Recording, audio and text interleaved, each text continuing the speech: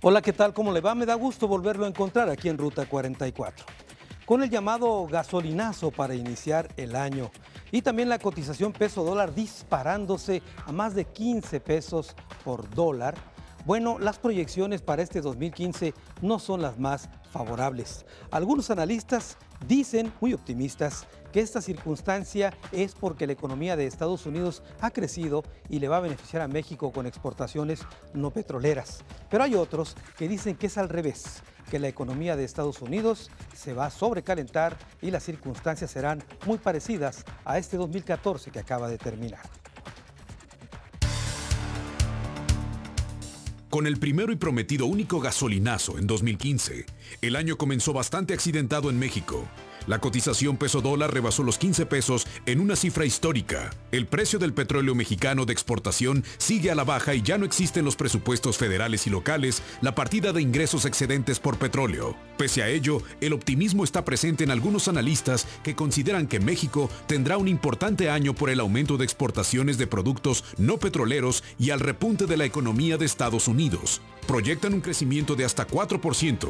Pero la lección ya ocurrió en 2014, cuando se pronosticó crecer al 3.6% y apenas se llegó al 2%.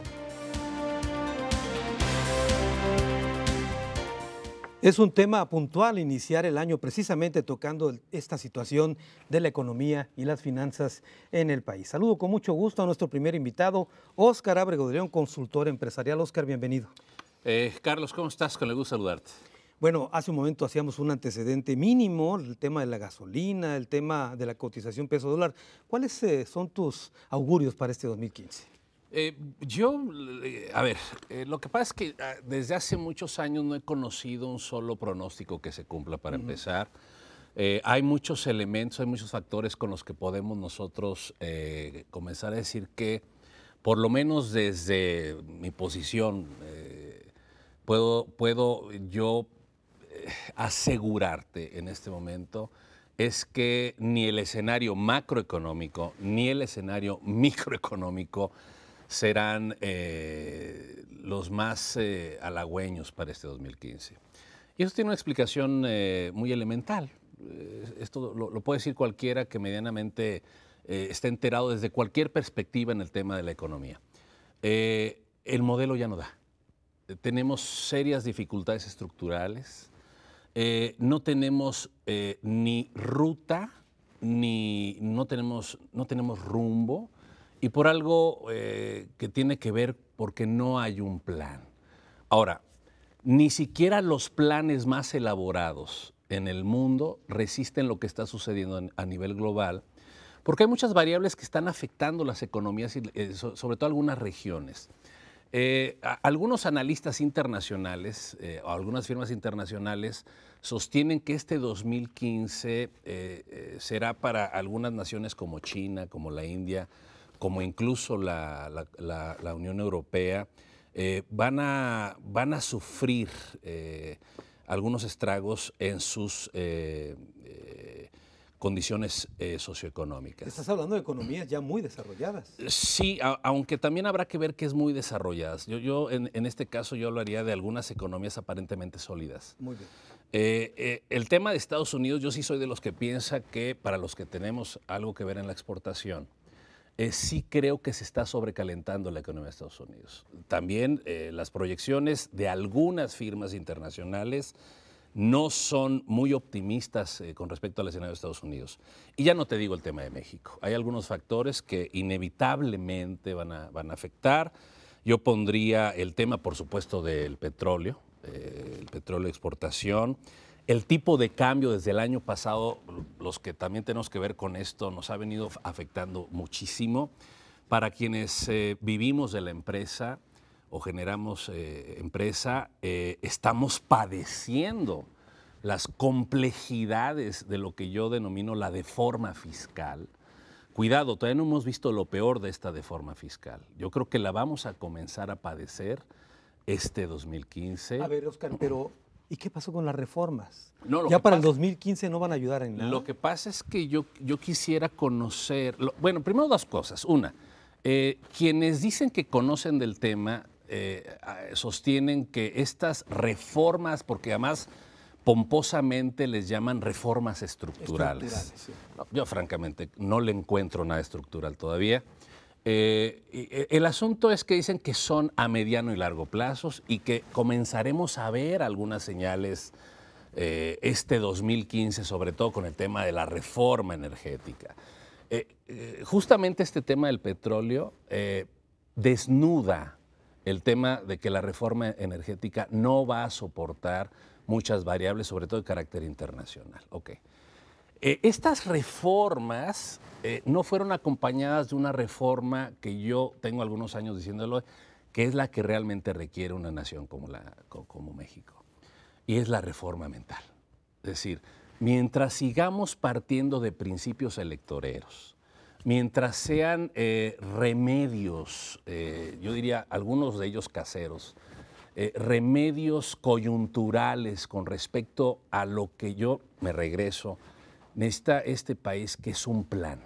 O sea, no hay un plan, Carlos.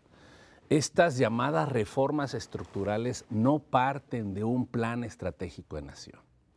Y esto es lo que yo creo que nos ha metido en serias dificultades, porque se le apuesta mucho a los efectos mediáticos, a los efectos inmediatos, al grado que, bueno, nuestro presidente es una figura de Time un día, claro, y al otro día es una figura verdaderamente en proceso de, sí, por decirlo menos. Bueno, a ver, Oscar, me quedo con el tema planteado aquí, entre varios puntos que dijiste, la famosa reforma mental. Más adelante, por favor, profundizas con este concepto. Voy a una pausa, regreso después con un especialista en economía para hablar sobre este tema.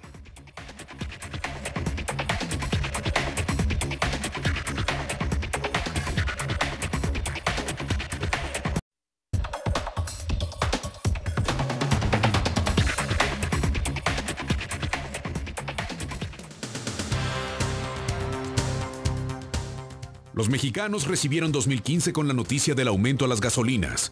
La Magna, que representa el 55% del consumo del mercado, subió 11.8% y se vende en 13.57 pesos. La Premium, que consume 1 de cada 10 autos, subió 11.4% y se vende en 14.38 pesos por litro. El tema de la gasolina no fue necesariamente unísono con la palabra aquella de feliz año nuevo. Saludo con mucho gusto al doctor Martín Romero Moret. Él es jefe del Departamento de Economía del Centro Universitario de Ciencias Económicas y Administrativas. Martín, bienvenido. Muchas gracias por la invitación.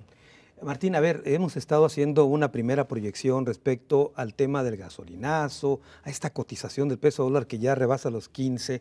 ¿Qué es lo que podemos esperar para este 2015? Bueno, primero habría que decir que las reformas estructurales que nos prometieron no estaban funcionando. Y creo que no están funcionando porque el régimen sigue pensando en gobernar para unos pocos.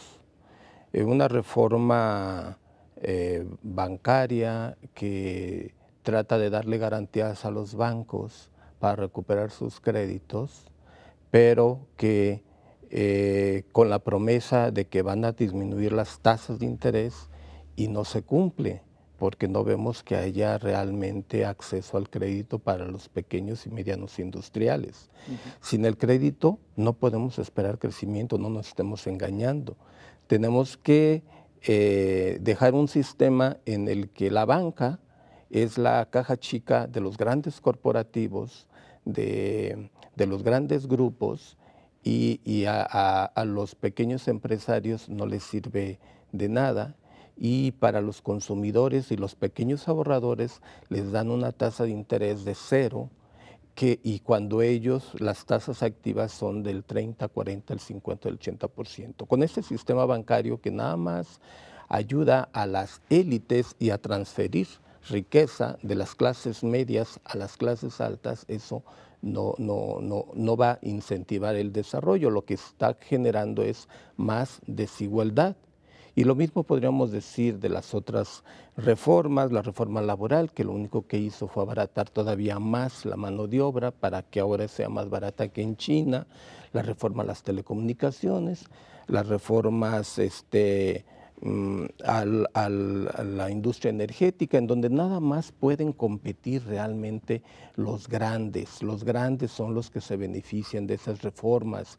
Y la clase media, ¿qué tenemos para la clase media? Más impuestos, más gasolinazos y la imposibilidad de que esa clase media sirva como motor del consumo y del crecimiento a través del incentivo del mercado interno. A ver, Martín, hace un momento Óscar Ábrego hablaba de los factores externos, globalizados, etcétera.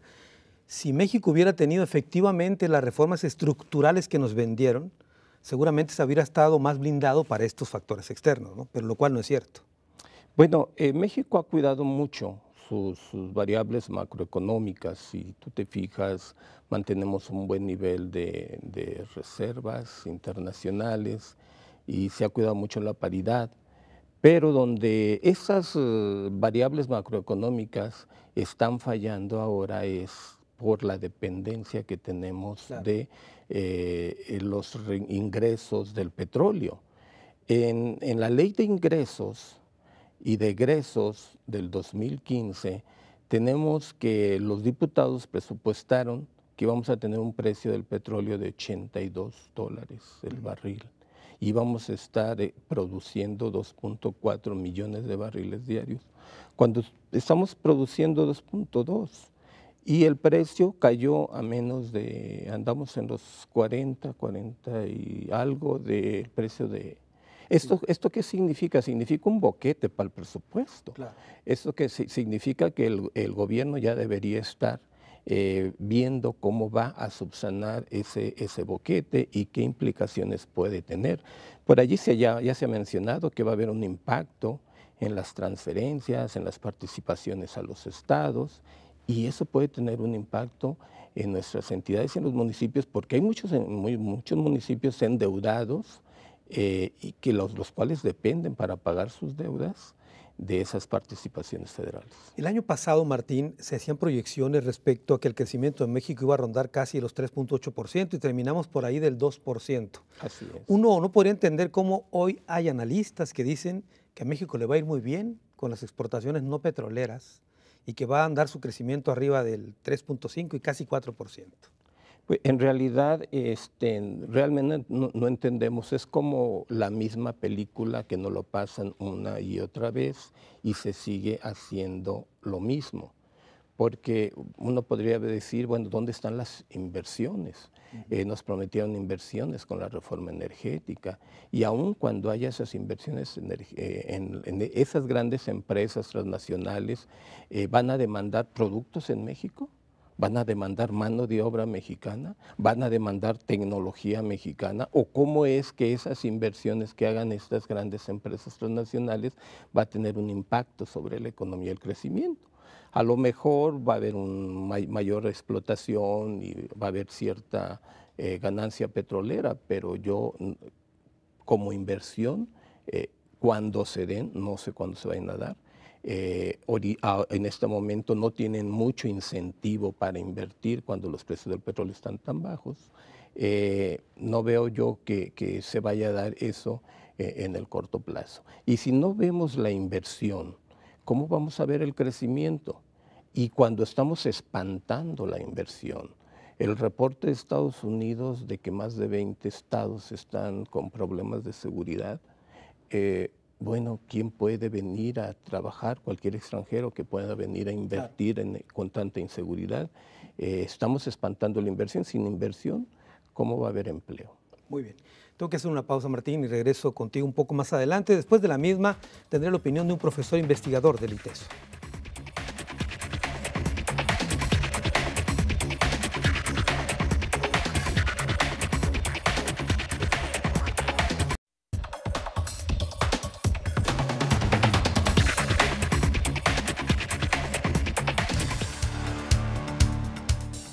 En estudios sobre las perspectivas económicas de México del Grupo Santander, estima que nuestro país se beneficiará con el crecimiento de la economía de Estados Unidos. En lo particular, consideran que México tendrá un repunte en exportaciones no petroleras, sobre todo al vecino país del norte.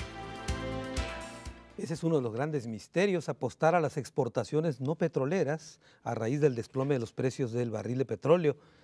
Si es tan bueno esto, ¿por qué no estaba ocurriendo antes? Para evitar estar tan dependiente de la venta del petróleo.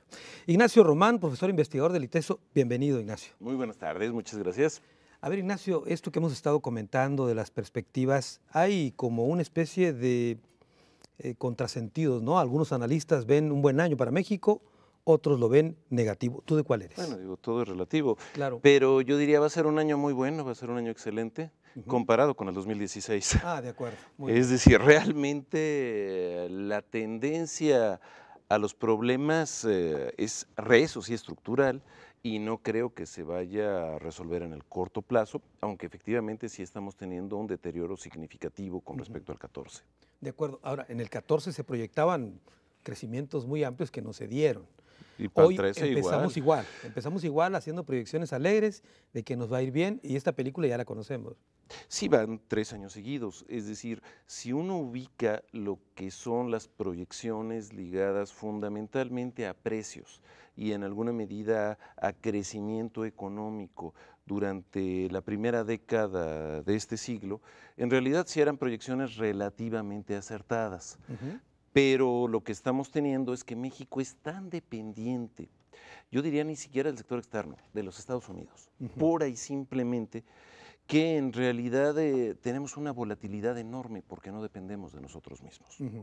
Y entonces estas proyecciones que dicen que si Estados Unidos mejora su economía nos debe ir bien, por añadidura. Mira, a ver, Ildefonso Guajardo, el secretario de Economía, señaló algo muy interesante cuando asumió el poder. Decía, en México 50% de las exportaciones son efectuadas por 44 empresas. En otras palabras, puede ser que haya algunas empresas a las que les vaya muy bien por el lado de las exportaciones, tal vez a 44, tal vez a un poco más, sí, nada más que hay más de 7 millones de establecimientos. Claro. Entonces, ¿qué hacemos con todos los demás? Con el otro 99.99%. Es ahí donde está el problema realmente grave. En alguna medida también puede haber, ojalá, alguna sustitución de consumo de productos importados por consumo de productos generados nacionalmente.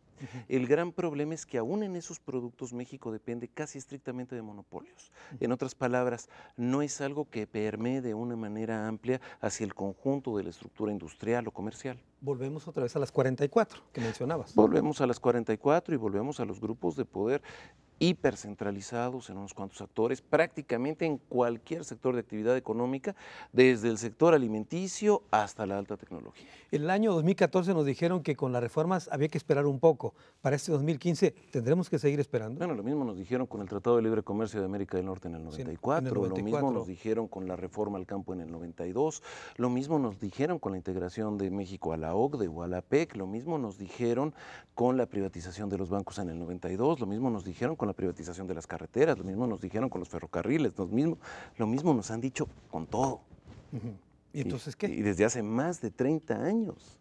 Y no es que no haya rumbo, el problema es que es el mismo rumbo que se ha planteado desde hace más de 30 años, con partidos diferentes, con gobernantes diferentes, pero con los mismos intereses de fondo en las decisiones de política económica. ¿Es el modelo económico agotado o en realidad ni siquiera hay modelo? No, yo creo que sí hay un modelo y es el modelo de libre mercado. Fundamentalmente es la lógica surgida de lo que se le denominó el Consenso de Washington, que en 1985, y que fundamentalmente pone al mercado totalmente por encima de la lógica del Estado y pone al papel del consumidor por arriba del productor y a la libre competencia centrada en grandes empresas sobre la regulación en favor de micro, pequeño y mediana. ¿Y entonces? ¿En dónde estamos nosotros? La mayoría, vamos. Precisamente estamos excluidos de los beneficios de ese proceso. Es decir, no es que no haya beneficiados, si no hubiese beneficiados, no tendríamos, ¿cuántos son? Me parece que 14 personas en la lista de Forbes con más de $1,000 millones cada uno. Es decir, claro que hay beneficiados. En la polarización siempre hay beneficiados. El gran problema es que los beneficiados son prácticamente nadie con respecto a la enorme cantidad de perjudicados, viéndose esto en el deterioro del nivel de salario, en el deterioro de la calidad del empleo, en el deterioro de la calidad de los servicios, en el deterioro de la calidad educativa. Atendiendo a lo que has mencionado ahorita, para este 2015 no hay absolutamente nada nuevo o ningún aviso o señal de que va a haber un golpe de timón o cambio estructural de fondo. No, una lógica de cambio de política no. De hecho, el cambio estructural referido o las políticas o las reformas estructurales son reformas en el mismo sentido que se vienen planteados desde hace 30 años. Es decir, es en el mismo sentido de impulsar el papel estrictamente de los grandes corporativos privados y reducir los pesos de regulación y los pesos que tienen que ver con los problemas macroeconómicos fundamentales de México, que son, a mi parecer, el ambiental, el de la distribución del ingreso, el de la distribución del patrimonio, el de la sustentabilidad fiscal para actuar y, en términos generales, el del equilibrio social. Si son un puñado de transnacionales o de grandes emporios los que se han beneficiado en este país, ¿en dónde queda el papel del Estado mexicano, entendiéndose como gobierno federal? ¿Terminó siendo una especie de gerente de estos grupos? Pues yo creo que ha sido un promotor de esta lógica de grupos. Es decir, cuando vemos cómo han crecido estos grandes emporios y corporativos, tanto nacionales como transnacionales, vemos que lo han hecho en gran parte al cobijo justamente del Estado mexicano. Y esta podría ser la explicación a este encono social que ha ido creciendo en los últimos años. Es la desesperación. Yo creo que es una desesperación que hay por todos lados y que yo espero que exista la sensibilidad política de parte de las autoridades del país en dar cuenta que efectivamente si no se atiende eso, no solamente con políticas puntuales o electoreras o con dádivas, sino realmente en términos de cambios en la lógica de pensar la política económica, los problemas no se van a reducir. Muy bien, Ignacio. Hemos platicado con 3 de nuestros invitados que conocen de este tema de la economía. Después de la pausa, nuestro tradicional cruce de caminos aquí en Ruta 44.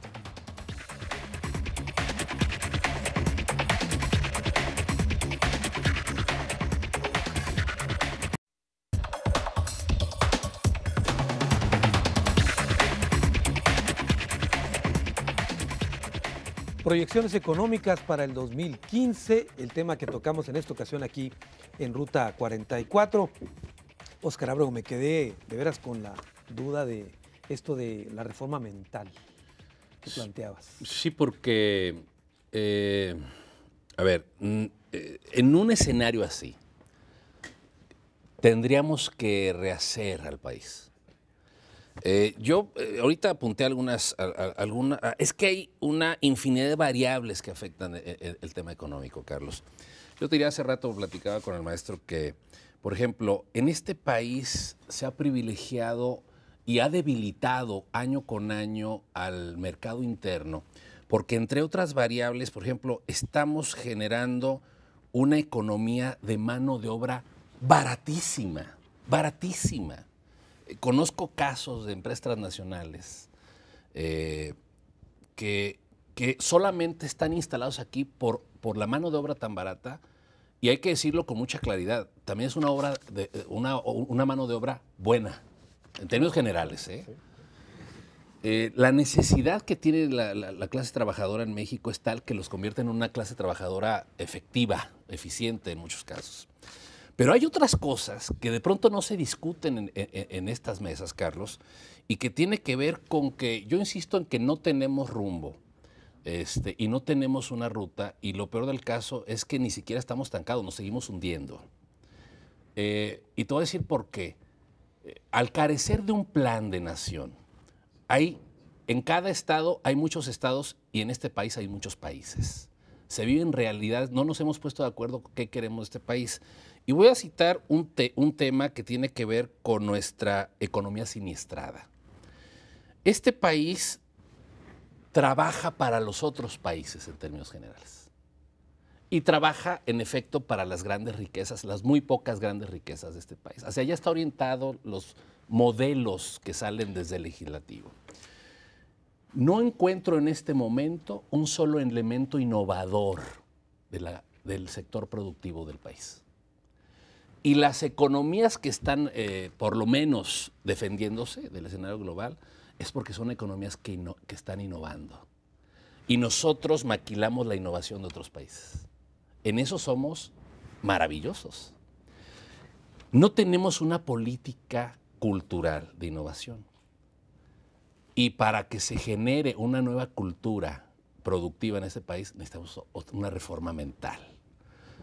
Para empezar, no puede ser que las políticas públicas en materia económica, Carlos, las haga un pequeño grupo de asesores que están en la presidencia, que están en el legislativo y que en efecto muchos de ellos son cabilderos de los grandes corporativos. A ver, cuando dices la reforma mental, perdón que te vuelva a interrumpir, ¿es en el gobierno o en los emprendedores No, la yo reforma? creo que es en todo. Es más, yo vengo diciendo que las universidades tienen una gran responsabilidad en esto. A ver, voy a citar un solo caso para no abundar más, pero ¿qué hizo Corea hace más de 30 años? Entre sus troncos comunes, son varios troncos comunes, pero estableció algo muy importante. Se dedicó al tema tecnológico y matemático y al tema ético. Desde la educación básica están formando a la gente en eso. ¿Por qué? Porque la ética es negocio. Claro. Y porque entendieron hacia dónde está caminando el mundo, que es la innovación. Muy bien, regreso contigo un momento más, Oscar. Martín Romero, me llama la atención que en un informe del presidente Peña se decía que México era el quinto productor de automóviles en el mundo, el segundo productor de equipos de alta tecnología, etcétera. Lo que no decían es que todo iba para afuera y que en realidad éramos maquiladores nada más. Sí, lo que nos dicen es el valor agregado que deja en el país el contenido nacional de todas esas exportaciones.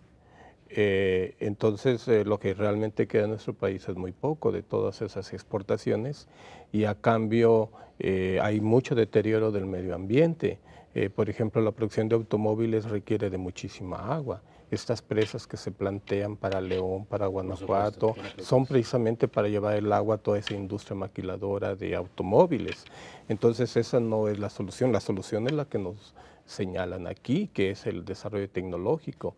Cuando salió el iPhone incrementó el Producto Interno Bruto en Estados Unidos en 0.33%. Un solo producto, desarrollo tecnológico, de tecnología de innovación, es lo que dispara las economías. Pero aquí no estamos enfrentando, no estamos planteando, el Estado no está planteando. Incluso si uno lo ve en la ley de egresos del 2015, el aspecto a desarrollo científico y tecnológico es el de los últimos, por no decir el último, ¿no? Es el marginal, cuando debería estar al principio, ¿no? Como debería ser el reto principal de todas nuestras universidades y del sector privado. Pero el sector privado, ¿por qué habría de innovar? ¿Cuándo ha hecho innovación el sector privado? Porque nunca ha tenido necesidad en una economía cerrada, una economía rentista. ¿Por qué Telmex no hace innovaciones tecnológicas de celulares y cosas así? Vive de la renta, de rentar las ondas hertzianas, que son propiedad de la nación. Televisa vive de la renta de las ondas que son propiedad de la nación. Los bancos viven de las concesiones que les da el Estado. Pura economía rentista tenemos, esos son los grandes corporativos rentistas, es el mercantilismo, son los grandes grupos que se han formado al amparo del Estado, pero que de empresarios realmente tienen muy poco. No es ese empresario que arriesga, claro, que innova, no lo hemos tenido y lo hemos inhibido. Ignacio Román, si la innovación es parte de la solución del problema, las universidades tendrán mucho que ver en esto. Sí, bueno, yo creo que tiene que ver todo el mundo, pero lo fundamental, sea en la lógica universitaria, sea en la lógica empresarial, sea en la lógica gubernamental, es justamente que exista una estrategia que permita aplicar ello. A ver, voy a esto. Cuando nosotros tenemos un país que efectivamente le dedica alrededor del 0.4% de su Producto Interno Bruto a investigación y desarrollo, cuando el mínimo de las recomendaciones internacionales es de 1% anual, y cuando Corea le dedica alrededor de 3.5% anual, o los países escandinavos 4%. Entonces, bueno, estamos en una situación de extraordinaria vulnerabilidad. Pero, ¿por qué vamos a innovar o vamos a plantear innovación realmente si nadie la va a aplicar? Si lo que importa es un modelo maquilador. Es decir, ¿qué es lo que ocurre? Importa producir en México para exportar.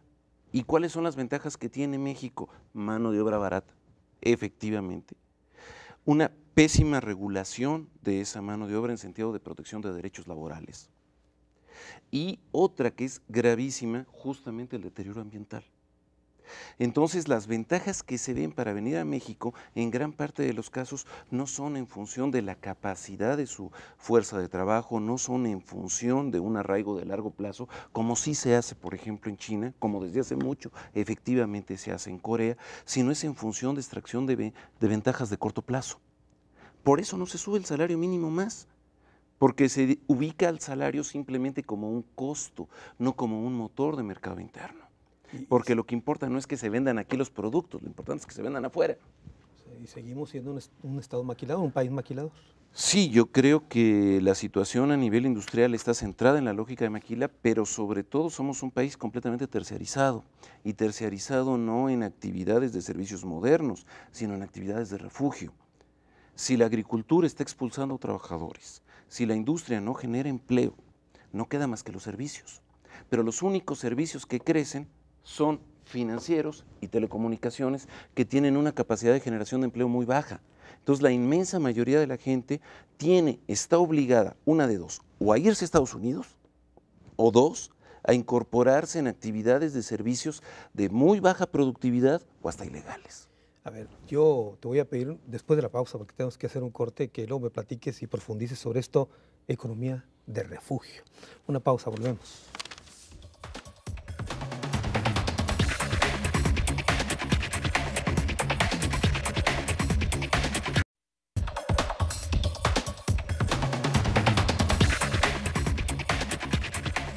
Proyecciones económicas para el 2015, el tema que tratamos en esta ocasión aquí en Ruta 44. Hace muchos años vi un cartón donde el secretario de Hacienda le decía al entonces presidente Carlos Salinas, se veía una luz y le decía que aquella luz parecía la salida a sus problemas económicos, y le contestaba el secretario de Hacienda al presidente: a lo mejor es un tren que viene hecho la cochinilla hacia nosotros, ¿no? Entonces, Óscar, hace un momento hablabas de que había muchas variables, nos dijiste 2, 3, pero ¿hay otras? Bueno, pues a ver, ¿qué te gusta? Los sindicatos, ¿te gusta que esta economía comienza a depender cada vez más de la informalidad? La reforma hacendaria, entre comillas. Bueno, es que es una de las, por lo menos te lo digo de lo que a mí me toca padecer, es una de las anomalías más graves que yo he visto en la historia de este país, por lo menos de lo que a mí me toca desde el ámbito en donde yo me desempeño, porque de pronto ya dejas de ser dueño de tu propio dinero. En el fondo, muchas de estas deformas fiscales, pero además explorándole un poquito, a veces hasta por ociosidad, te das cuenta que quienes diseñaron esta llamada reforma fiscal ni siquiera es gente que entiende qué es generar una empresa para empezar, y no entiende lo que es pagar impuestos. Pero además el principio de esta llamada reforma fiscal es un principio que abona a esta economía siniestrada. Es decir, es un principio recaudatorio. No se hizo con un principio de fomento a la productividad del país. Pareciera que se hizo con todo dolo para rascarle más a quienes somos contribuyentes cautivos. Ese es un ejemplo, y bueno, lo digo porque quizá me atenta contra el ámbito en el que yo me desempeño. Pero también te gusta que hablemos del tema de la educación en este país. Es una tragedia lo que le pasa a este país. Te gusta que hablemos sobre el tema de los medios de comunicación, de los contenidos que se promueven en los medios de comunicación, pero más aún, o sea, te gusta que en el segundo año de gobierno de esta gestión presidencial le sucedió a este presidente lo que no podía haberle sucedido a ningún presidente. Ni siquiera ha llegado a la mitad del año, y en este país sabemos que te pueden perdonar incluso que seas tonto. En la historia reciente lo hemos confirmado. Te pueden perdonar que seas mujeriego, te pueden perdonar que seas un borracho. Lo hemos confirmado. Pero lo que no se perdona en este país, paradójicamente, es que te señalen de corrupción. Toda esta imagen mediática que se ha construido alrededor de la figura presidencial se desmoronó. Entonces ya no queda absolutamente nada. Es decir, este sentido de esperanza que resucita cada 6 años en este país, además se ha desmoronado. Entonces, yo ahorita apunté, ¿qué hay de positivo en un escenario así? Te lo digo con toda franqueza, Carlos, esfuerzos individuales. A pesar de esta catástrofe que padece este país por su clase política, no queda otra más que desde lo individual tratar de aportar un grano de arena. A ver, Martín Romero, ¿será esto, lo que dice Óscar, apenas algo en lo cual podemos rascar algo de optimismo para el 2015? Necesitamos necesariamente la organización social. Tenemos que organizar a la ciudadanía. Los profesores, los líderes empresariales honestos, necesitan formar parte de una estructura social, de una estructura ciudadana que lleve a cambiar a este país y que lleve a transformar los liderazgos. Un liderazgo que pierde autoridad moral ya no sirve, es como dicen los evangelios, si la sal pierde su sabor, ¿para qué sirve? Entonces necesitamos cambiar los liderazgos, pero la sociedad se tiene que organizar de manera pacífica, pero es necesario la organización para que haya un cambio. Sabemos la dirección del cambio, aquí la hemos estado dialogando, ya se ha dicho que el modelo actual ya no funciona, ya hemos dicho que está funcionando nada más para una clase social, para los de arriba, para una minoría, y en cambio existen una masa empobrecida, las micro y pequeñas empresas que son las que principalmente generan el empleo, sin oportunidades de créditos, atosigados por la reforma fiscal, sin ayudas de ningún tipo, sin posibilidades de exportar. Entonces, esas son las cosas que se tienen que organizar, pero no se van a organizar, pero no se van a realizar esas son las verdaderas reformas que hay que hacer y que se han soslayado por este régimen, porque esas reformas son las que van a realizarse cuando la sociedad en su conjunto se organiza. Pero esas reformas, ¿de dónde vienen, Martín?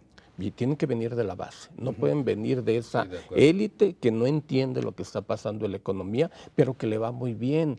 Te estoy hablando de gente que gana de la burocracia media hacia arriba en la Ciudad de México por arriba de 150,000 pesos mensuales. Una dirección en la Secretaría de Hacienda gana 150,000 pesos mensuales, más bonos, más esto, más lo otro. ¿Por qué habrían de cambiar esas personas? Claro. ¿No? Entonces, del cambio no va a venir de ellas, ¿no? Ellos van a prolongar esta situación lo más que puedan. El cambio tiene que venir de la ciudadanía organizada. Ignacio Román, este asunto ya lo habías tocado hace un momento tú, de los riesgos de estas cuestiones sociales. Ahorita, si quieres, abunda sobre eso, pero platícame de este tema de la economía de refugio. A ver. Bueno, fundamentalmente lo que estamos teniendo es que si nosotros decimos tenemos que ser más competitivos, pero solamente unos cuantos pueden ser competitivos. Nosotros tenemos que ser más productivos, pero solamente hay unas cuantas instancias, empresas que pueden tener el tamaño de mercado y de capital para poder serlo. A ver, ¿solo las empresas grandes pueden ser productivas? Depende de qué definición tomemos. Si nosotros asociamos productividad y competitividad, ahí hay que ver que en la lógica internacional, en la lógica de la inversión, 80% del comercio internacional es lo que se denomina comercio administrado. Es decir, comercio entre grandes matrices y sus sucursales en diferentes países.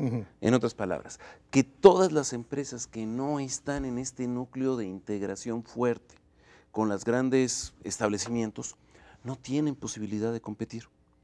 Y a la hora de productividad, pues depende cómo se le mida. Si nosotros medimos productividad en términos de precios, en términos de valores, entonces resulta que algo que se vende muy caro es por definición muy productivo, aunque sea absurdo. Es decir, un diputado es muy productivo porque gana mucho. Un gran directivo que puede ganar 1 millón de pesos mensuales en México es muy productivo porque gana mucho. Una actriz que se puede comprar una casa de 7 millones de dólares es muy productiva porque le pagan mucho. ¿Ese es el parámetro? Ese es parte de un problema de medición. Otra es que midas en términos de volumen, pero eso es una bronca porque no puedes sumar peras con manzanas. Entonces, ¿qué es lo que ocurre si, por ejemplo, se derrumba el precio del petróleo, baja la productividad del trabajador petrolero? Pues en términos de precios sí, en términos de volumen no. Entonces lo que se hizo en la reforma laboral fue meter una definición de productividad prácticamente cantinflesca, ininteligible. De tal manera que entonces si se dice no aumentan los salarios y no aumenta la productividad, pues nunca van a aumentar porque se define una cosa que simplemente no hay ninguna manera de aterrizarla en términos estadísticos. Hace un momento yo decía, Ignacio, que para este año pronostican que a México le va a ir bien porque va a exportar productos, digamos, no petroleros a raíz del desplome de los precios. Yo decía, ¿y por qué no lo están haciendo desde hace años? A ver, México depende, fuera de lo petrolero, de unos cuantos actividades. Una, ¿cuál va a ser nuestro sector de exportación también más fuerte? La expulsión de mano de obra. Es decir, que nos lleguen 20, 25 mil millones de dólares, ahora más cerca de 25, de trabajadores migrantes. Otro, la maquiladora propiamente. Otro, las divisas sucias, seguramente de las que también dependemos, desgraciadamente. Y en el caso lavado de dinero. De sector y tráfico de lo que sea, armas, seres humanos, droga, mercancía robada, biodiversidad, lo que sea. Y otro, que creo que es muy importante si hablamos en términos de sectores económicos, México depende enormemente de sus exportaciones electrónicas y automotrices, autopartes y automóviles. Pero el gran problema es que realmente somos enclave. Cuando se anuncia una inversión de una gran empresa automotriz hace unas semanas de 5 mil millones de dólares y se dice van a generar 5.500 empleos, finalmente se está hablando de un costo de prácticamente 800 mil dólares por empleo. Es decir, 13 millones de pesos por empleo. Eso no tiene ninguna política de empleo, eso no tiene absolutamente nada de empleo. Claro. Ignacio, tengo que hacer una pausa, pero regresamos a la parte final del programa y las conclusiones. Regreso contigo.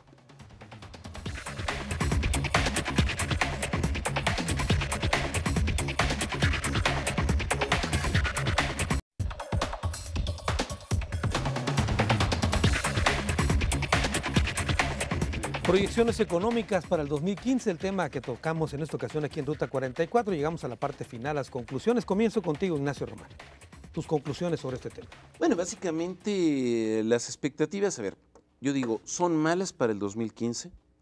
Yo no digo que son para este año, en principio, trágicas. Creo que no. El precio del petróleo está garantizado a $79, que es en lo que quedó finalmente. ¿Por qué? Por el aseguramiento de Banco de México. Porque ante compañías aseguradoras contrató la diferencia de precio entre el valor de venta y el valor recibido por el gobierno. El gran problema es que hacia mediados de año se tendrá que comenzar a negociar los contratos para el 2016. Y ahí sí ya no hay ningún paracaídas que nos garantice el tener un ingreso petrolero relativamente elevado para ese año. Además de eso, yo diría, la cuestión puede tender a corregirse un poco en los próximos meses, porque hacia marzo o abril hay un cambio de dólares a pesos por los pagos de impuestos de empresas en marzo y de personas físicas en abril. De abril a junio no van a permitir que se derrumbe la economía simplemente porque vienen las elecciones. Entonces creo que lo que puede ser más preocupante es el segundo semestre y a partir de lo que se negocia ahí, las expectativas hacia el 2016. Muy bien. Martín Romero Moret. Sí, bueno, lo que señala Nacho es muy cierto. El problema de los ingresos petroleros pueden afectar mucho a la economía. Y esa aseguranza, ese resguardo que nos ha dicho Videgaray, no es totalmente cierto. Nada más hasta un 26% está asegurado. Entonces sí va a haber un boquete fiscal en el sentido de que no vamos a producir lo que dice la ley de egresos, no vamos a producir 2.4 millones de barriles diarios, sino lo vamos a vender a $80. Una parte sí se protege, otra parte no está protegida, así hay un boquete fiscal y allí va a haber que subsanar esa situación. Ojalá que esto no vaya a implicar más carga fiscal o más endeudamiento, sino que, porque eso también puede tener implicaciones graves para la economía. Creo que mientras que este régimen siga haciendo lo mismo y siga beneficiando a los mismos, no va a haber ni crecimiento ni desarrollo. Muy bien. Óscar Abregüello. Acompañado todo esto con una desesperanza creciente, y es lo peor que le puede pasar a una nación, creo yo. Pero además, le pusiste mucho énfasis al tema de las exportaciones en un momento, Carlos. Yo te diría, el problema que tiene este país es que exportamos cosas que no son nuestras. O sea, es decir, si se reorientara al sector primario, que la verdad es que México tiene un gran potencial, bueno, podrían cambiar las cosas. No veo el escenario para eso, más bien lo veo en un escenario propiamente. Estos tecnócratas van a seguir haciendo de las suyas, viviendo una realidad que no corresponde a la de la mayoría de los mexicanos. Yo creo que una ruta que pudiera comenzar a desarrollarse a partir de diversos sectores tiene que ver con el desarrollo de las proveedurías, Carlos. Si ya estamos en este conflicto en donde los grandes dueños de los capitales internacionales y los poquitos de los capitales nacionales, creo que una opción podría ser el desarrollo de las proveedurías. Para rescatar algo de este país. Y otra cosa que tendríamos que da para un programa en sí mismo, Carlos, propuesta para un programa tuyo. Mira, dos cosas. Los gobiernos han perdido la autoridad moral. Y cuidado, porque cuando en el debate moral los políticos pierden contra la delincuencia, aguas. Esto es dramático. Pero el tema de la deuda pública. No veo yo ni siquiera indicios, no veo esa lucecita, ni siquiera que parezca un tren, sobre el gravísimo tema de la deuda pública. Aguas, porque esto se puede convertir de estar en un barranco en un auténtico abismo. Entonces, coincido, el 2015 creo que apenas es el comienzo, o bueno, como dicen por ahí, lo bonito de todo esto es lo feo que se va a poner. Hablaste hace un momento de los factores externos y creo que nos faltó hablar de los factores internos. Sí, hay muchísimos. El tema, por ejemplo, la inseguridad en el país, no, bueno, vaya la violencia que hay creciente. Bueno, acaban de sacar el tema de que ahora es necesario nuevas reformas. Ahora son las reformas al sector judicial, las reformas al aparato de justicia. Eso es lo que está diciendo la OECD, que esas reformas faltan. ¿Sí? Bueno, muy bien. La verdad es que nos quedamos un poquito inciertos en este panorama. Gracias, Óscar. Gracias, Martín. Gracias, Ignacio. Gracias a ustedes. Hace muchos años me tocó entrevistar a Héctor Lechuga. Héctor Lechuga y Chucho Salinas hacían un sketch, hacían una presentación. Hicieron una que se llamó La Docena Trágica y así, ¿no? En esa ocasión, yo empezaba en esto del periodismo y me tocó entrevistarlo porque hacían una sátira al gobierno de Miguel de la Madrid. Y Miguel de la Madrid hablaba de la renovación moral de la sociedad. Yo le pregunté a Héctor Lechuga si él creía en la renovación moral de la sociedad. Y Héctor Lechuga me dijo, no creo, le temo, es lo que dijo. Bueno, pues muchas gracias. Nos quedamos con varios conceptos aquí muy interesantes, una economía de refugio, una economía siniestrada, dijo Óscar. Sobre todo la frase que me gustó mucho es una reforma mental, que es la que requiere México. Hasta la próxima.